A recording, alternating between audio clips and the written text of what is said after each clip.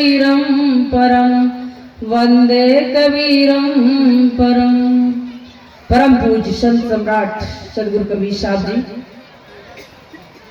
इस आश्रम के इस सत्संग सभा के मुख्य प्रवक्ता आचार्य धर्मस्वरूप साहब जी, मंचासीन सभी संत समाज, भक्त साधक, ममतामयी माताएं, बहनें एवं बच्चे, आज सत्संग का दूसरा दिन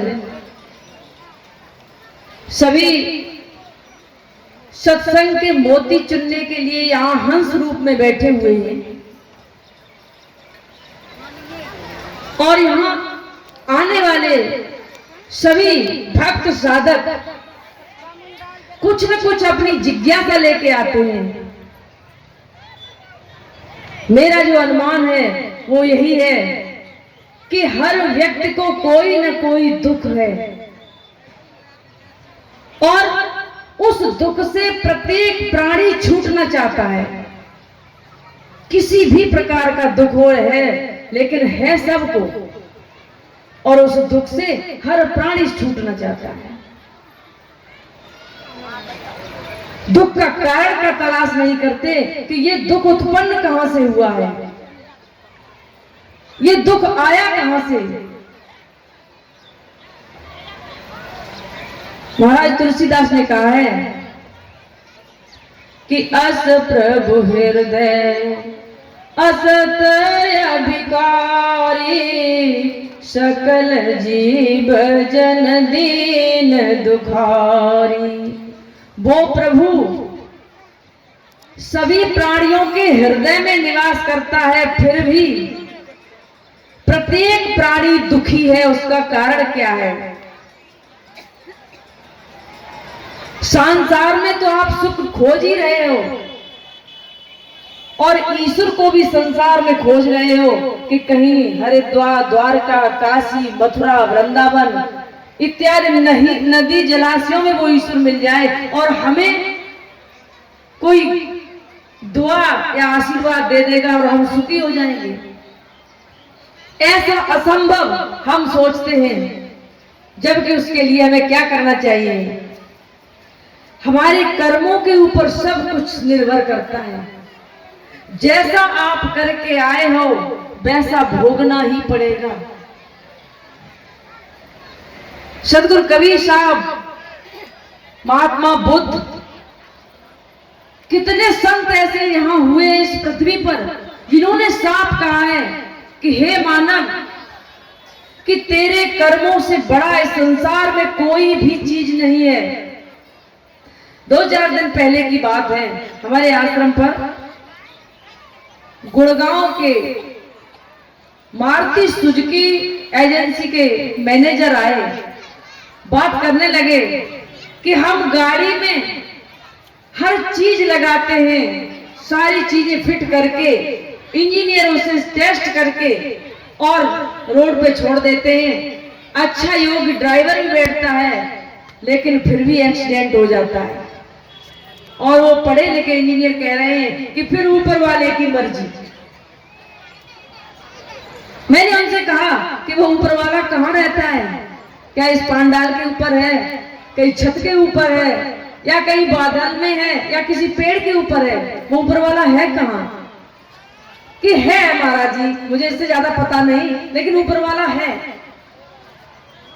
उस ऊपर वाले का ही तो पता लगाना है कि ऊपर वाला कौन है, किसे ऊपर वाला कहा गया है। वो विधाता कौन है जिसके लिए सारा संसार दौड़ लगा रहा है, भाग रहा है, भाग रहा है। दौड़ थी क्या धोखा मिट्या, चीज दौड़ की थोड़। चीज तो ठौर है, उसी जगह है, लेकिन हम दौड़े जा रहे हैं ऊपर वाले की तलाश में। तुलसीदास ने यहाँ एक बहुत अच्छी चौपाई भी कही है कि कर्म प्रधान बेसुर चिराखा, जो जस करे सो तस फल चाखा। कर्म की प्रधानता बताई उन्होंने। पूरे विश्व में सबसे प्रधान, सबसे ऊपर आपके कर्म हैं। आप अपने कर्मों की मार से बच नहीं सकते हो। 1000 गायों में बछड़ा अपनी मां को ढूंढ लेता है। इसी प्रकार आप जितने भी जन्म लोगे, जहां जहां जैसे जैसे कर्म करके आए हो, आपको आपके ही कर्म खोज लेंगे, और वैसा ही कर्मों को ही संस्कार कहते हैं। उस हृदय में निवास उस आत्मा चेतन जीव को हम न समझकर उसे नदी जलाशयों में ढूंढते और कर्म खराब करते हैं। हमने हिंदू या मुस्लिम या सिख या ईसाई धर्म मान रखा है, जबकि धर्म ये नहीं, धर्म है मानव धर्म, जीव के ऊपर दया करने का धर्म। यदि जीव के ऊपर दया नहीं है तो आप धार्मिक नहीं हो, आध्यात्मिक नहीं हो। गुरुदेव ने एक भजन इसी जगह लिखा है कि ये मन भजो सुबह और शाम, बनी दिल मस्जिद आलीशान। ये मन भजो सुबह और शाम, बनी दिल मस्जिद आलीशान। वो मंदिर या मस्जिद कहीं दूसरी जगह नहीं है, ये आपके हृदय में है। बसर की शक्ल अंधों को क्या मालूम होता है, ये वो आईना है जिसमें खुदा मालूम होता है। शरीर रूपी, ये मानव शरीर रूपी वो आईना है जिस आईने में आप खुदा को पहचान सकते हो, प्राप्त कर सकते हो। क्यों जाए हिमालय छीजे, क्यों कावे की टिकट खरीदे, क्यों हिमालय में भटक रहा है पहाड़ों पे, जैसे हिरन फिरे हैरान, बनी दिल मस्जिद आलीशान। ये मन, हे मानव, मेरे भक्तों, सज्जनों, उस मालिक को खोजना है तो आपके हृदय में वो बैठा हुआ है। उसके लिए बाहर कहीं भटकने की जरूरत नहीं है। जैसे हिरन रेत में पानी को देखता है, मृग तृष्णा बोलते हैं जिसे, और भागता है, और वो रेत की तृष्णा, पानी उसे ऐसा लगता है कि आगे चला गया, फिर भागता है, भागते भागते उसी रेत में अपने प्राणों को दे देता है, पानी की बूंद नहीं मिलती है। इसी प्रकार हम सभी को वो ज्ञान, ध्यान, भजन यदि प्राप्त करना है तो सिर्फ सदगुरु की शरण में आ जाओ। गुरुदेव आपके अंदर ही लखा देंगे, दिखा देंगे, बता देंगे, समझा देंगे। काम क्रोध मद लोभ लुटेरे, जन्म जन्म के दुश्मन तेरे। काम क्रोध मद लोभ लुटेरे, हम दुश्मन अपना पड़ोसी को बताते हैं, भाई भाई को दुश्मन बताता है, गांव वाले दूसरे गांव वाले को दुश्मन बताते हैं, लेकिन कभी ध्यान नहीं दिया कि मेरे ही काम क्रोध लोभ मोह अहंकार ही सबसे बड़े शत्रु हैं जो मेरे ही अंदर बैठे हुए हैं। इन्हीं को समझना है और इन्हीं को रूपांतरित करना है। वो तो रहेंगी। कल सदगुरुदेव ने कितना अच्छा बताया था कि आप बगुला थे, सत्संग सुनकर हंस हो गए, कौवा थे, कोयल हो गए। काम क्रोध लोभ मोह ये तो मेरे शरीर के अवयव में भले ही बने रहे, लेकिन रूपांतरित हो जाता है, आप पर वो हावी नहीं होंगे। ए मन भजो सुबह और शाम, बनी दिल मस्जिद आलीशान। दिन रात करी है कमाई, ऊंचे महल दिए चिन्हवाई। दिन रात हमने अपने घर परिवार में दिन रात इतनी मेहनत की, 2-2 3-3 मंजिल खड़ी कर दी। तेरी हो गई कमर कमान, बनी दिल मस्जिद आलीशान। तब तक कमर बिल्कुल तीर कमान सी हो गई, झुक गई। करते करते कमाई उन्हीं संतानों के लिए, परिवार के लिए, और परिवारीजन आपकी संतान अंतिम समय क्या कह देती है कि मेरे लिए आपने कर क्या दिया है। बताया था गुरुदेव ने कि माता पिता को संतान को पालने में कितनी लागत लगती है, उस संतान को एक झटके में कह देता है कि आपने मेरे लिए कर ही क्या दिया है। उनकी तो कमर कमान हो गई, तीर कमान बन गई, और वो कहते कि मेरे लिए कर क्या दिया है। तेरी खाल सूख गई तन की, सूरत हो गई है बंदर सी। खाल सूख गई तन की, सूरत हो गई है बंदर सी। तब सामल से करी सलाम, बनी दिल मस्जिद आलीशान। तब सत गुरु से करी सलाम, बनी दिल मस्जिद आलीशान। हे मन, हे बंदे, हे मन भजो सुबह और शाम, बनी दिल मस्जिद आलीशान। हे मन, कब करते हैं सलाम संतों की शरण में, कब आते हैं? जब गर्दन में इधर उधर हिलने लगी है, कान में श्रवण शक्ति खत्म हो गई, आंखों में दृष्टि खत्म हो गई, सत्संग पांडाल तक आने की क्षमता नहीं रही, तब आप कहो कि गुरुदेव मुझे पार कर दो।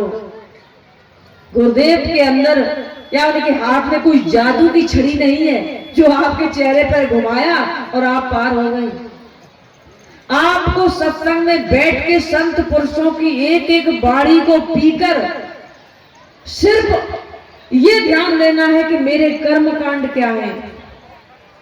तन से सेवा, धन से दान और मन से ध्यान, ये तीनों चीजें चाहे साधु हो चाहे गृहस्थ हो सबके लिए जरूरी है।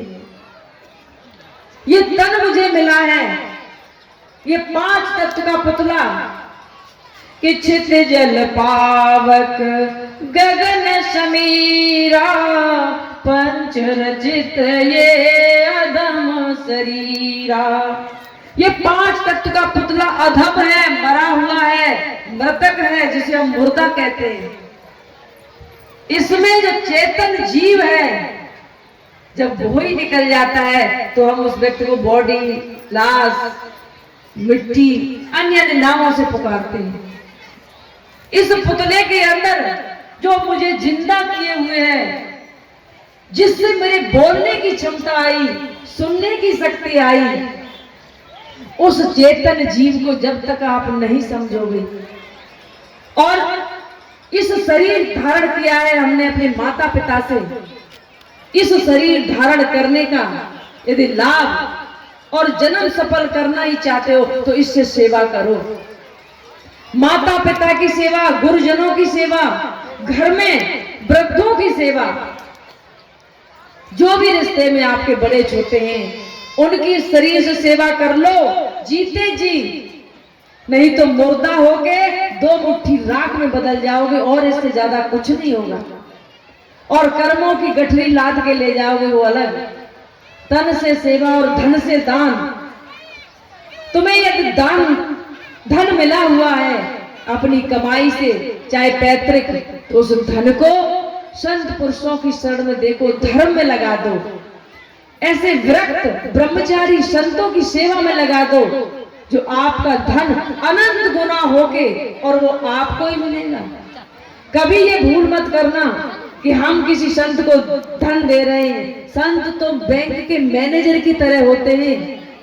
जमा रुपए करने जाते हो, क्या मैनेजर को मिलते हैं? मैनेजर तो सिर्फ आपका नाम चढ़ाता है, और जब जाओगे विद ब्याज के आपको वो दे दिए जाएंगे।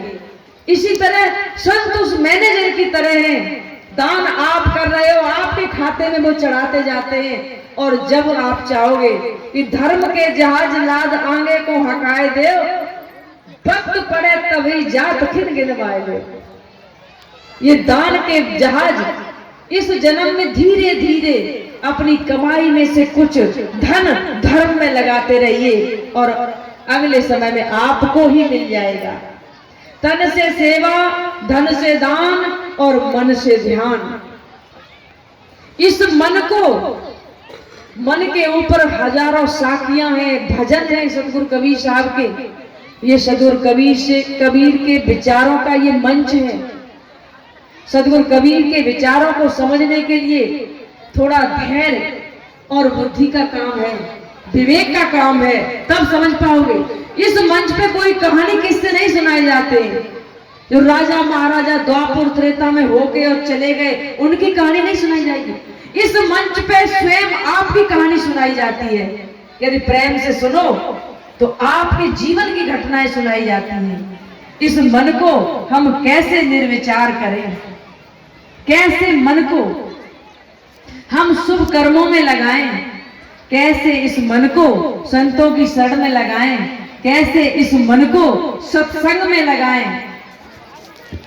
कहा गया है कि करत करत अभ्यास जड़मत होत सुजान, रसरी आवत जात ही सिल पर पड़त निशान। बराबर बराबर अभ्यास करने पर ये मन आपके अनुकूल चलने लगता है। ये मन फिर आपको अपने अनुकूल नहीं चलाता।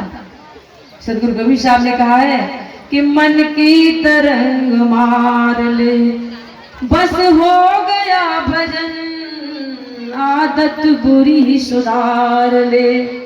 बस हो गया भजन, मन की तरंग मार ले। इस मन को मन के अनुरूप चला चला के इसे सबल मत बनाइए। ये मन अंतःकरण का है। इस मन को सदगुरुदेव के चरणों में लगा दो। मन मर जाए, मन शांत हो जाए और मन निर्विचार जिस क्षण हुआ, धीरे धीरे कर्म आपके खत्म हो जाएंगे। आप एक शुद्ध पवित्र मानव होकर और मुक्ति मोक्ष की राह पकड़ लोगे। मैं अपनी वाणी को इन्हीं शब्दों के साथ विराम देते हैं। बोलिए सदगुरु कबीर साहब की। सदगुरुदेव